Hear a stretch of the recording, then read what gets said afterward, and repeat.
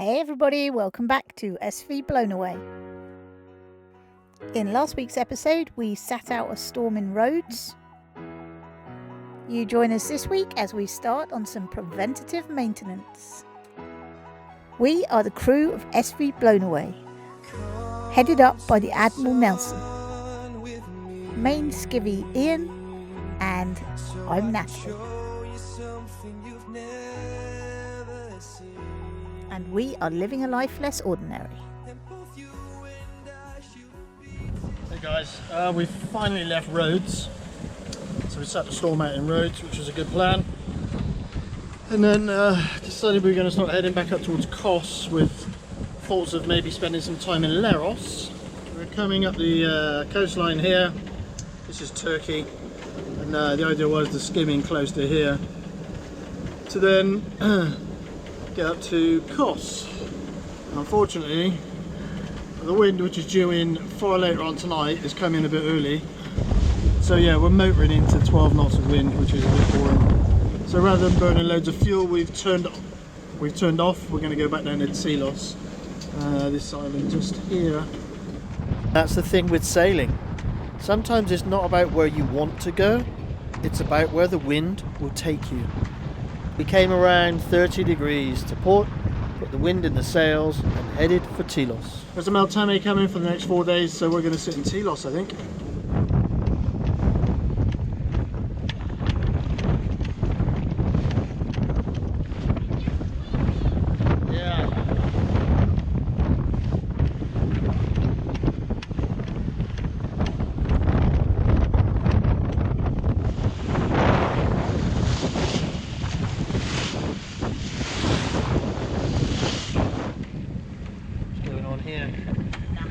Your rope collection.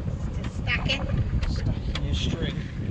Stacking, because you have to move the chairs out of the way to get to the locker to get the things out. Yeah, the lines are under the seats in the lockers. Okay, well we're almost here. Tilos again.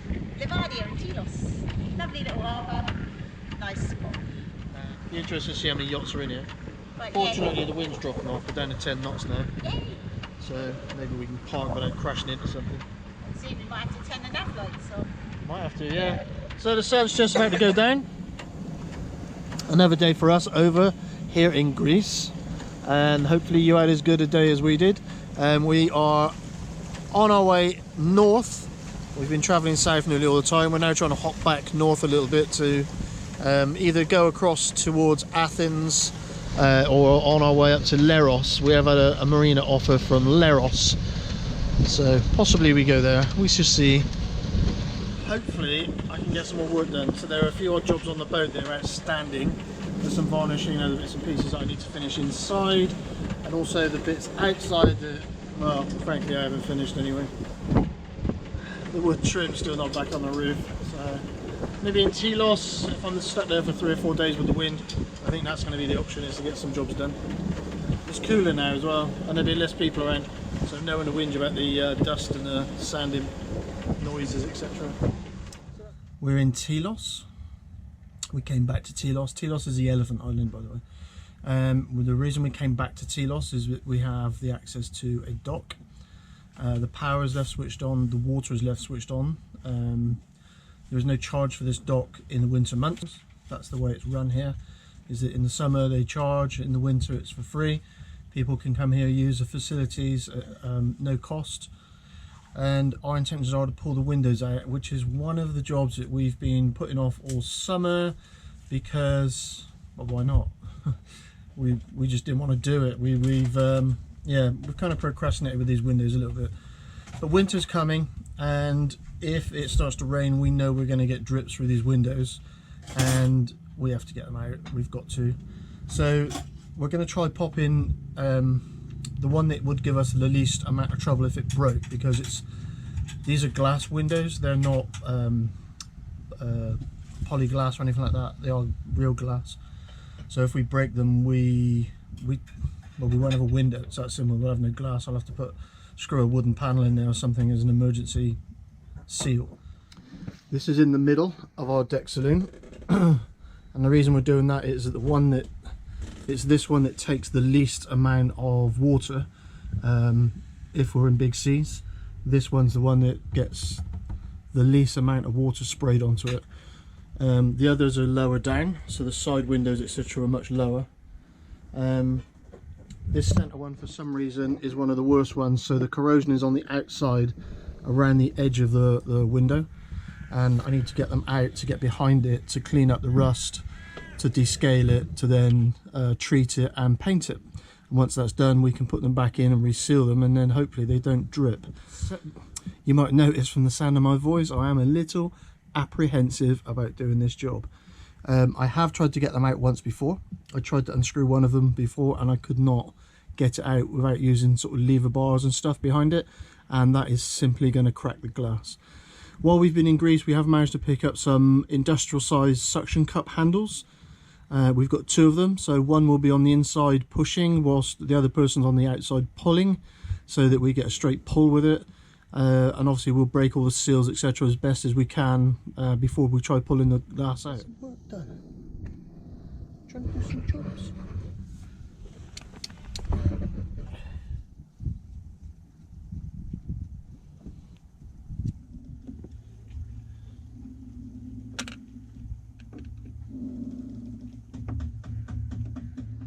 I've put one suction cup on the inside. I'm going to put one on the outside.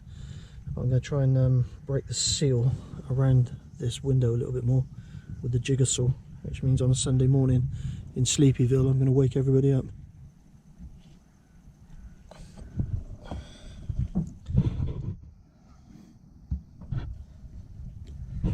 Please don't break. So here we go, the point of no return.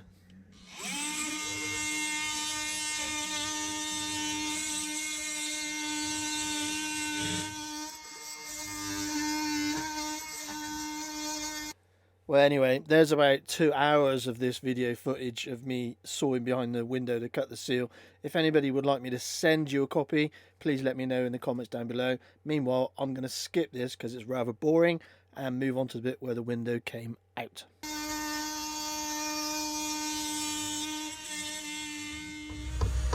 Having cut the sealant between the aluminium frame and the steel of the deck saloon, I was now able to get some small pry bars in behind the window. The danger with this is if I pry too hard on one corner, this glass is done for. Woo! Honey.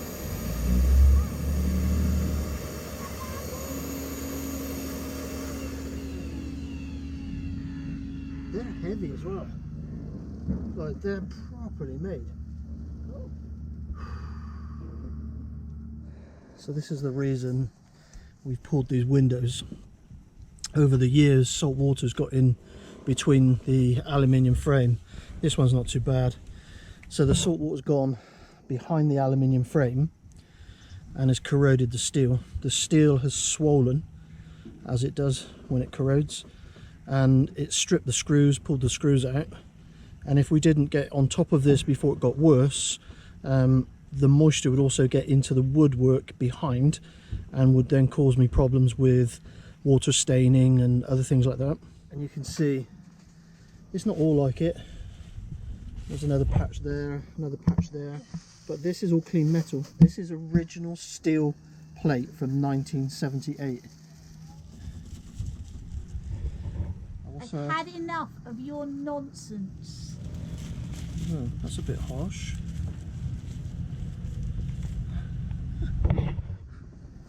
Nat with the attitude. Who knew?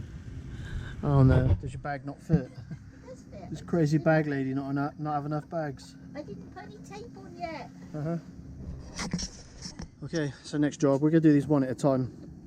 So we're going to, I don't want to take them all out together, because if I take them all out together and we've got, like, let's say it takes me 3 days to get all of them out.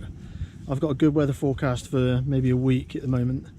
So, but getting the window back in is priority, just in case the weather changes or we need to put to sea for any reason.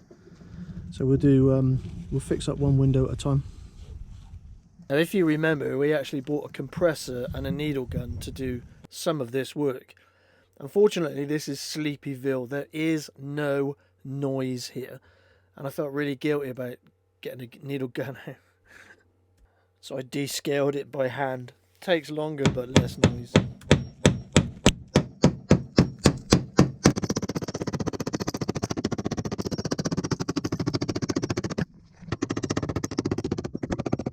So with the scale removed and some flaky paint chipped off, we can now concentrate on cleaning this back to good metal.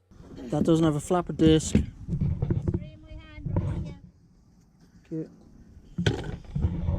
Okay, preferred tools. Flapper disc, angle grinder, chipping hammer. Chip all the flaky stuff off. So this is where the problem comes in.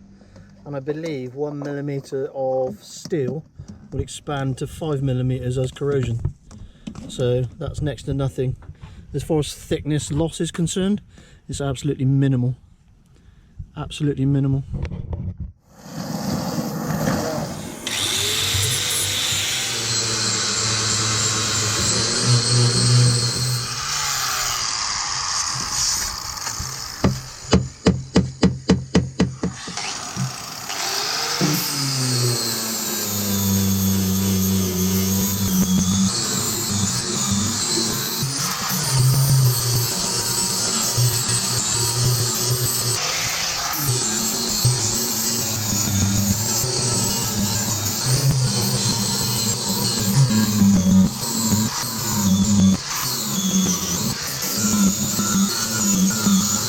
So for the rest of the day, armed with a angle grinder, a hoover and a chipping hammer, we chipped, we ground and we sucked.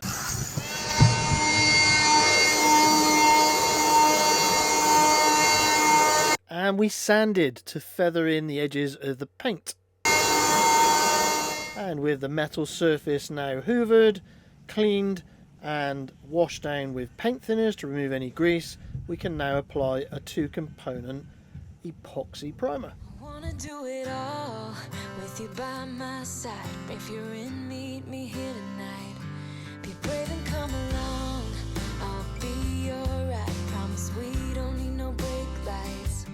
We can travel the world, so just say yes.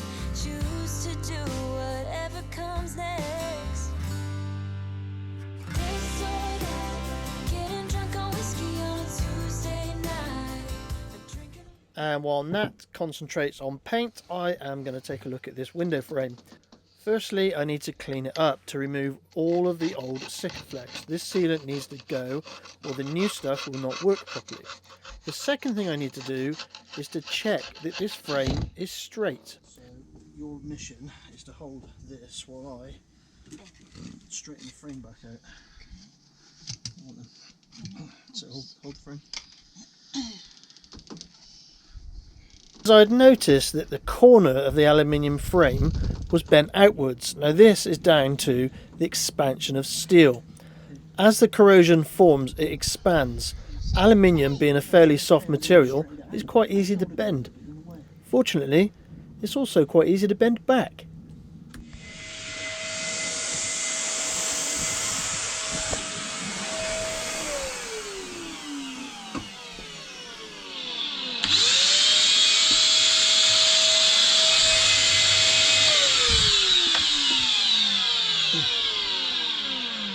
That could get irritating. Hey, that new window looks good.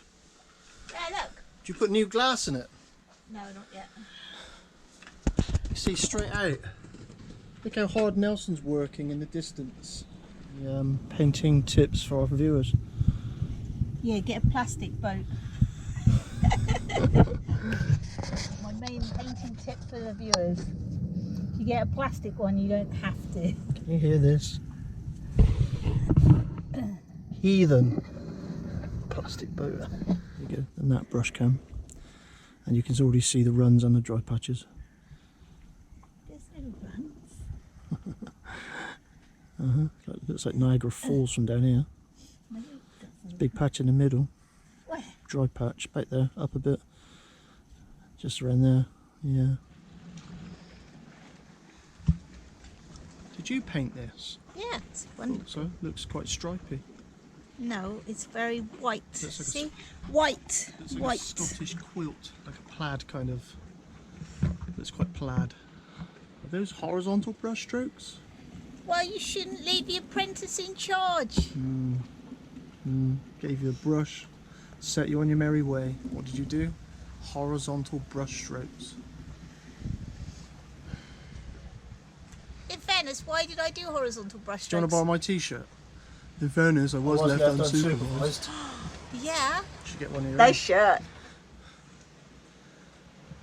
Yeah, get a But camera yes, on my face. today's job, replace the window. Looks like you need help. Don't you drop that. Get down. It's quite heavy actually, isn't it? It is quite heavy. I was quite surprised at how heavy it was. About this sticker here. Anything you can get off, get it off. You need to clean it up a little bit more before we put it in. We don't want any of the old Sikaflex left on it. It needs to be clean. Well, I thought you were meant to have done that. I thought I had done it. Clearly I didn't. I got sidetracked, probably doing jobs that you should be doing. Okay, bye. Taking your life in your hands. Right, let's find some Sikaflex and a gun. Workshop cam. The trouble with Sikaflex is it goes out of date. So the risk of keeping Sikaflex in your cupboards, etc., is that it expires. 23, so expiry date on this tube 0223, and we want a white tube, blanco. Perfect.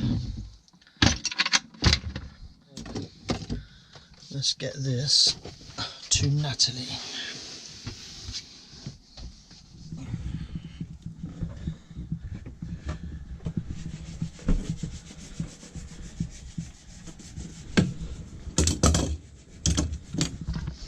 Ready? Go. Some scratch the paint. And this is why we do a dry fit before putting the sealant on the window. It don't fit. Don't fit.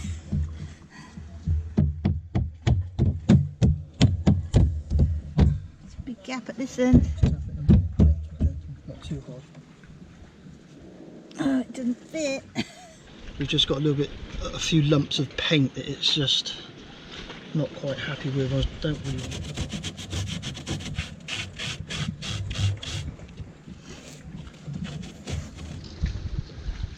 And with the window now sitting in situ, we can mark around it so that we know where to put the masking tape. Let's mask that off.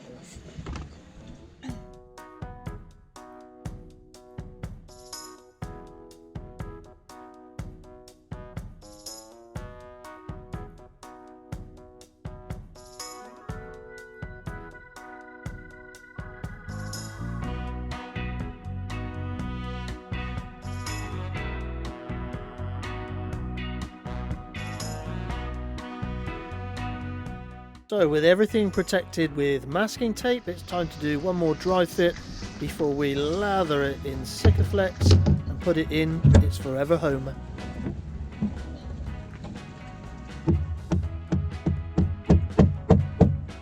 So if I push it in one end, it pops the other end. Not really. Could it be that we've just sat it in the sun for 4 days and the window's bent the other way? No. Maybe there's more curvature in this steel panel than I gave credit for.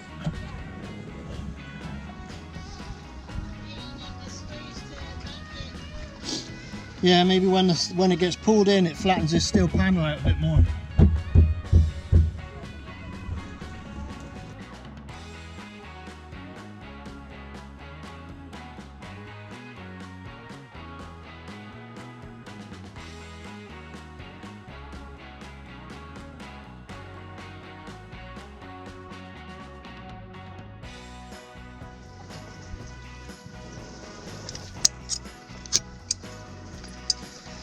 Okay, let's do this.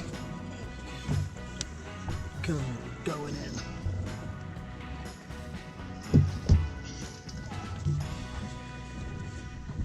Okay. Yeah, need I was going to say, mind your hands. well, that was always like that. The Sikaflex is what it does. Stuff as well. Can you grab the drill box and the drill, please? I think about you all the time, morning, evening, and midnight. such a wonderful delight. Forgo, give up everything that I own. Yeah, I'd give it all up now. Just need to get a bit of glass cleaner on it, just get rid of the marks and stuff, but it's good enough. It won't leak.